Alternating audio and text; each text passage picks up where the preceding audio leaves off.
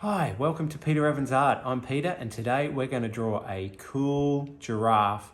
Now I reckon this giraffe is a little bit of a girl giraffe and I'm going to show you how to draw that using simple lines and shapes. So follow along and let's have some fun as we draw a giraffe. Let's get started. Today we're going to draw this giraffe here, and to start I'm going to put the head up in the top right hand side of the picture, starting with a circle, and then I'm going to bring the head around like so, shape off there.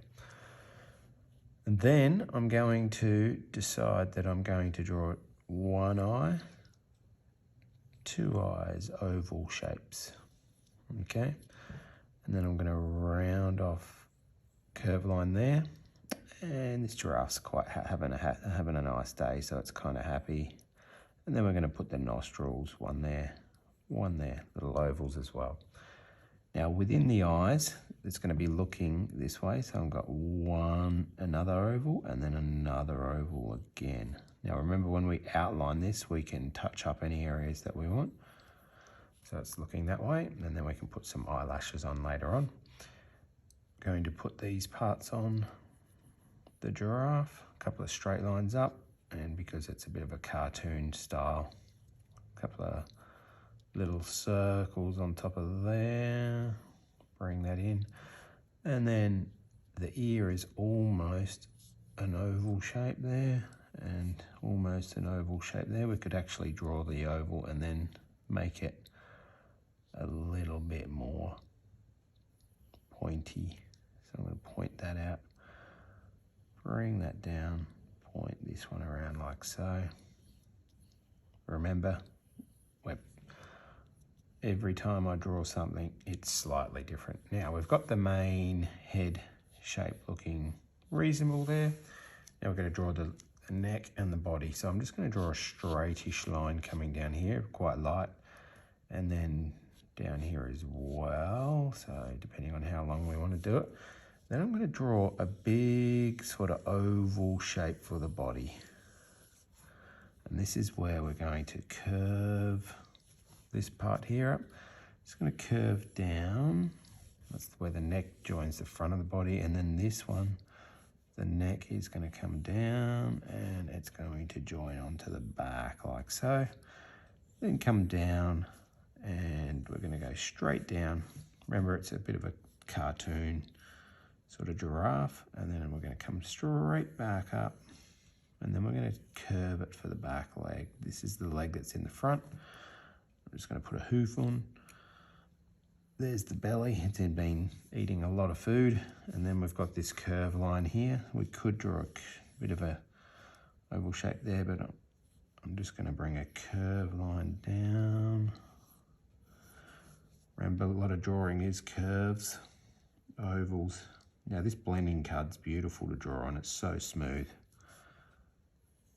And then I'm just going to make this come up into there, that's the leg. And you can make these point forward if you want to at the front. I'm just going to make them point forward. This back leg's going to come up and in there like so. The hoof is going to point forward a little bit. Going to put a little tail on, and this time the tail curves back up, and then I'm just going to put a little teardrop shape on. Now you can have your tail a bit longer if you wanted to, shorter or pointing straight down. And then I'm going to add this other front leg in here. Now to make this look like a giraffe, we're going to need some patterns on the giraffe. If you want to make that leg closer, you can. It's your preference how you do those types of bits. But I've made this one thinner and not as tall, so it sort of lines up with that one there, and that one sort of lines up with that. And now it's a matter of putting some of the spots on, or the marks, whatever you want to call them. Probably some sort of technical term. I'm not going to get too detailed with those. I'm just sort of creating them on and trying to sort of See how I'm sort of leaving a similar sort of distance between those, and then I'm working my way down the body. And it's going to be different each time because all giraffes have different sort of patterns on them, or markings, whatever you want to call them. And that's what determines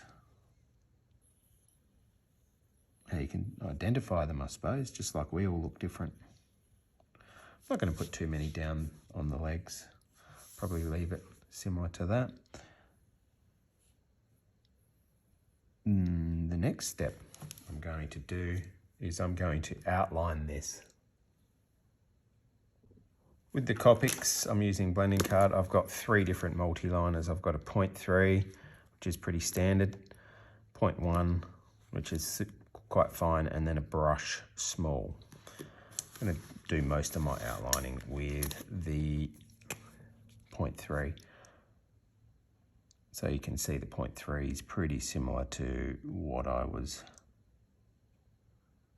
using, my actual marker that I was using before. The pencil was actually a 0.5 mechanical pencil.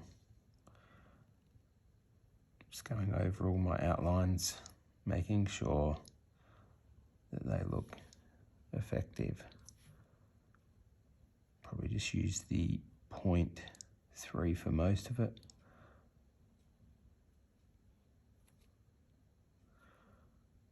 And bring that here around like so. Might see what it looks like without that line there. See how I have left it there. Put this line in. Happy. Coming down. This blending card is beautiful to draw on. It's super smooth. Come up and around there. Coming straight down, and now I'm going to try and kick those out at the front. Do the same there. Remember, this is where when you're outlining, whether you're outlining with a Sharpie or whether you've got your own Copics, you need to have something underneath, and this is where you refine any bits that you want to change up.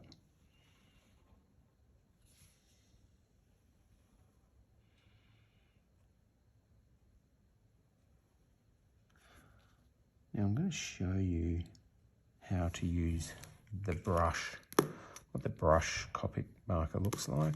So it's got brush small, BS stands for brush small. And you can see it's got a brush tip on it. And when you're doing some drawings, it's so nice to use. Now I'm just colouring in some of those bits with the brush small, and what I can do is I can also create a bit of variety of line and some shadows. So on some of these, I'm just going to thicken them up. You could use the 0.3, but I'm just showing you what the brush small can do. So you can go thick to thin. Can be quite nice to use. And might put a little bit of darkness underneath there. Now with the eyelashes, I'm going to go with the 0.1s to really make them look and flick them out. The eyelashes, and then this little bit here, which is the colour of the eye, is going to be a 0.1 as well. And let's see what these look like. Yep, it's going to go over that. Now this 0.1's been used a fair bit, so the nib has been pressed in. That's why I've got to do it standing upright. When you use quality materials, you've got to look after them. So try not to press too hard on felt tip pens, or you can bend the nibs, or you can push them in. These markers are what I use in my classes, so they're well loved and well used in my Copic marker classes that I do.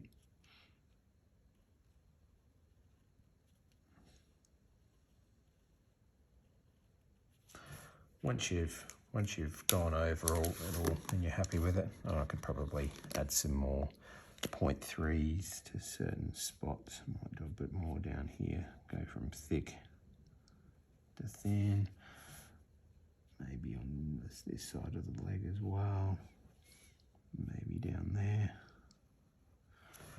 I may even do colour in. Oh no, wait for that. Next step is to rub out all the pencil lines.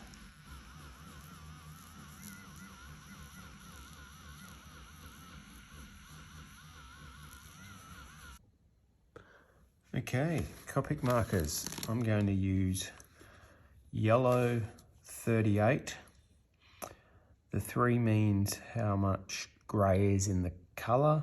The Y means it's for yellow, and 8 is how dark it is. This one's called Honey. And this is a Copic Ciao marker. I'm going to use this as my base colour, the lighter colour of the giraffe. So most of this, and they have 2 ends. I love using the brush tip end. It feels so nice to use. And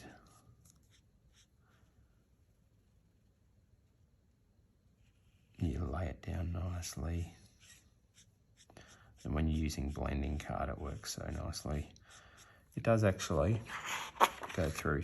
It can go through if you press too hard, so you can see that that's going on the other side. These are alcohol markers, and we can add some shading on that by just layering that up again. The blending card will work beautifully, so you can see, you should be able to see that that's getting darker through there. Leave the white areas. So at the moment, I'm just putting down some colour. The other end you've got is the chisel tip.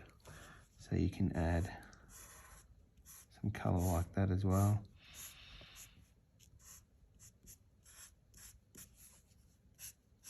And you'll notice that you can sort of see some of the lines. That's why I like the brush tip. You can sort of overlap it. The more you overlap it, the darker it's going to go with this colour to a certain degree, but it's also gets rid of the lines. So you could colour this in with normal pencils, or you could use textures, but I'm just using Copic markers today. I kind of like this colour. Now I'm not too worried if I go into there, because that's going to be, those spots I'm going to make them darker using a couple of browns shortly. So just going to roughly map that in, starting with the light colours first. Now any areas that I want to keep white, I obviously have to leave white. So just keep going with this, and I'm going to do the face and the top of the ears. Now I've got to decide what colour I'm going to do inside the ears, and obviously the eyes. I'm going to go up to there. I think, out of memory, that those are darker. Now this little cute giraffe, I'm going to say it's a girl. Got nice eyelashes. Just going to put a bit of extra Copic down through there, layering it up, trying to be super careful. I'm going reasonably fast so that you guys can see how these work, but without having to watch it for ages. So I'm going to put a bit more darker area through there. They smell nice too. You probably want to use them in a ventilated area, but they're not toxic. Just flicking up there to add a bit more shading. We can layer these. This is just a really simple version of using them. All right, so now I've got a 37 and a 57. So they're both quite dark, but they're slightly different colors. So sometimes I like to test them out. So the 37, and then I was thinking of putting the 37 has is a bit more of a nicer brown. So I might actually just go with the 37 for for these bits. Yep. And when I've seen giraffes, their spots aren't all just flat brown. I'm just going to do them flat brown for now, but then I'm going to add some blending in, and I'm going to show you how to do some blending. You could leave the spots white if you wanted to. That looks kind of pretty cool. Put the dark brown up in there.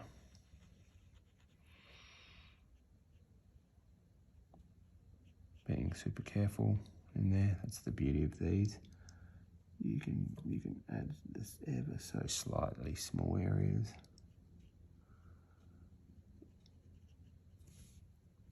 And you can mix the colours too.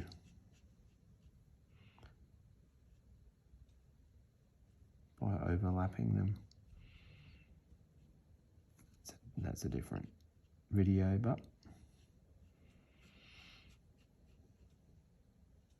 this is my cute little giraffe using Copic so far.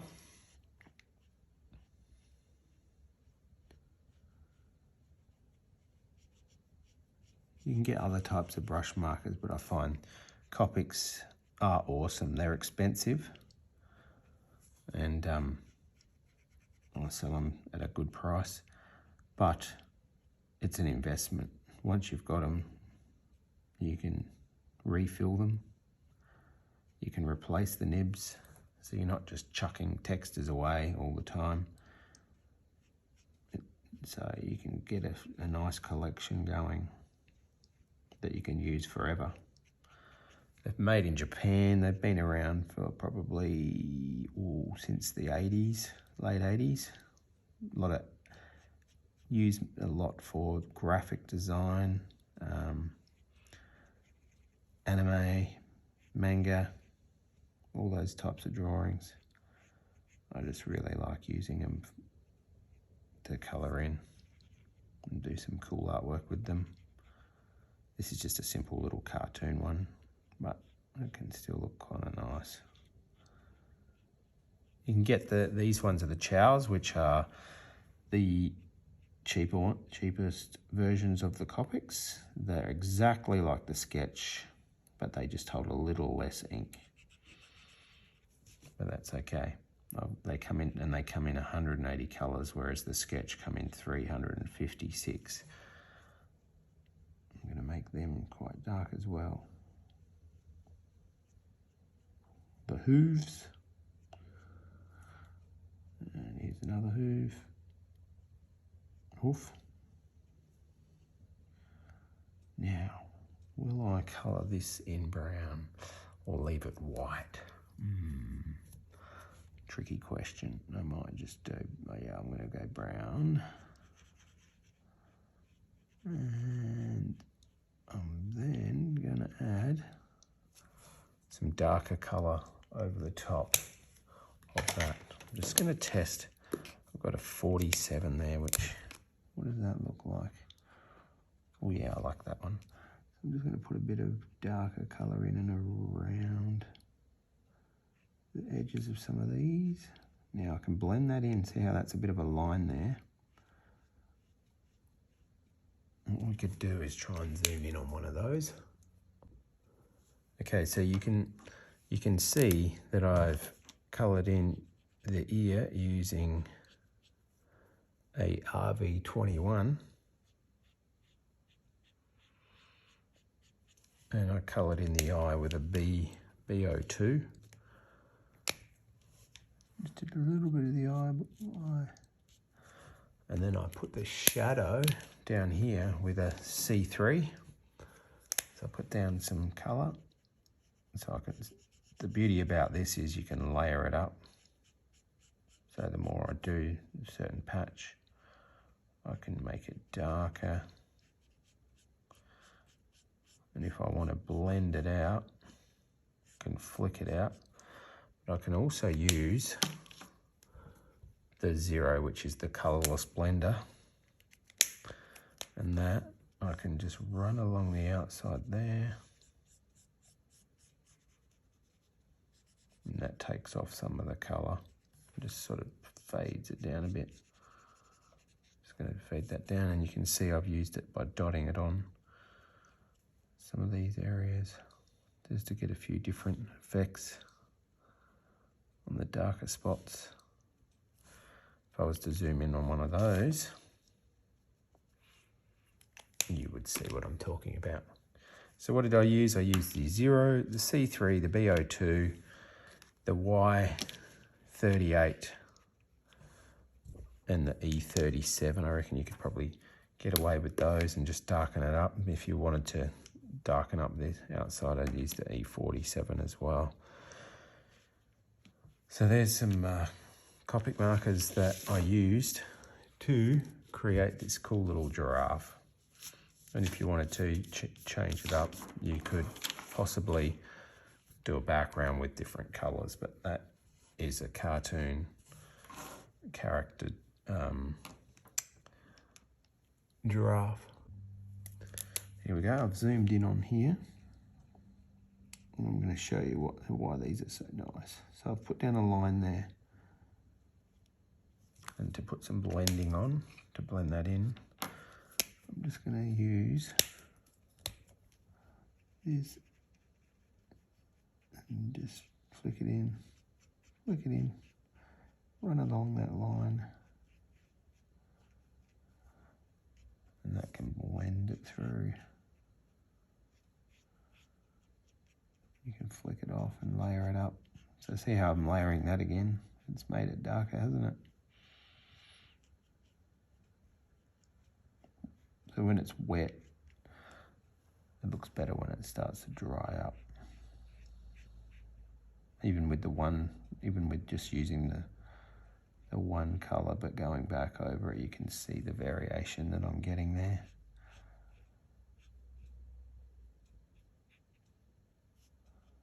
And if we wanted to sort of lighten up, put some dots on there, we could put some little dots. That can create a bit of texture in you. It's a bit hard to see, but it'll start appearing soon. I'll put some dots on there. See how I'm going over the top of this, down through here.